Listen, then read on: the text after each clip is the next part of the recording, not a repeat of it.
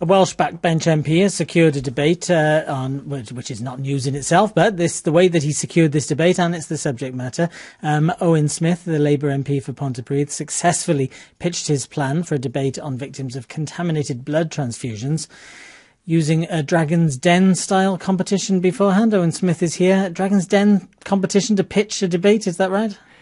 Pretty much, Adrian, yes. It's a new process we've got in Parliament whereby backbenchers have got around 30 days worth of debate, as opposed to debates that are tabled by the government or the opposition each term.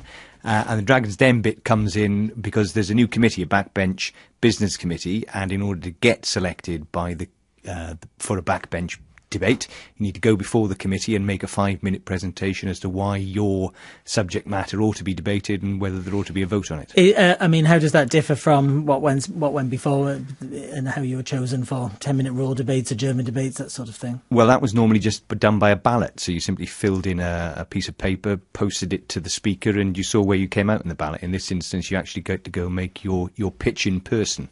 OK, that's the process of getting the debate, but the important thing is the debate itself. Tell us what the subject matter is.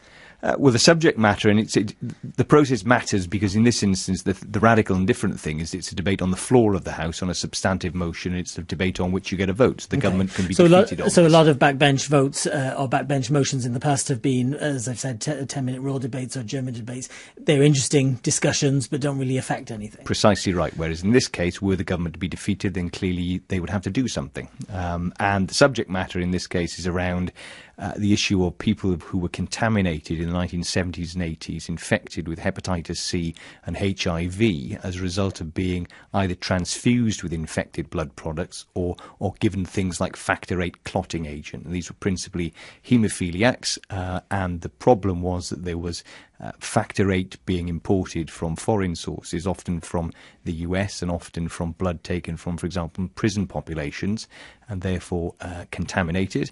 And we've got around 4,500 people in this country who were affected in this fashion, of whom over 1,750 have already died. And what's your connection with it? Why have you chosen to raise it? Well, it's something I've been aware of because it's been long discussed in the press. However, shortly after I was elected in May, the family, the mother and the wife of one of my constituents, a man called Lee Sugar from Bather, came to see me in the House of Commons to tell me about their case and really brought home to me the human tragedy of this for all of those 4,500 people and their families, and explained to me the extent to which they felt they hadn't been properly recognised and their suffering hadn't been properly compensated for. What do you want done then? What would be the effect if you manage to get this through?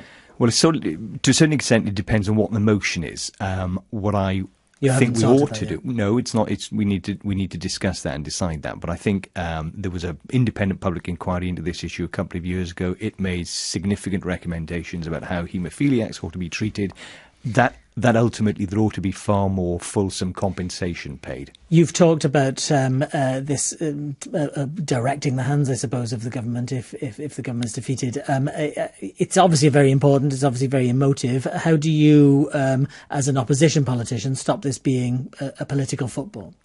Well, because we didn't deal with it when we were in office, quite simply. And I think successive governments have failed to really deal with this properly. I don't think we're any more blameless than the current government. Indeed, the current government, I think, are minded to do something about this. So I'm hoping that the debate will air the issue properly and perhaps push the government towards doing the right thing. OK, thank you very much for talking to us. Owen Smith, Labour MP for Pontypridd.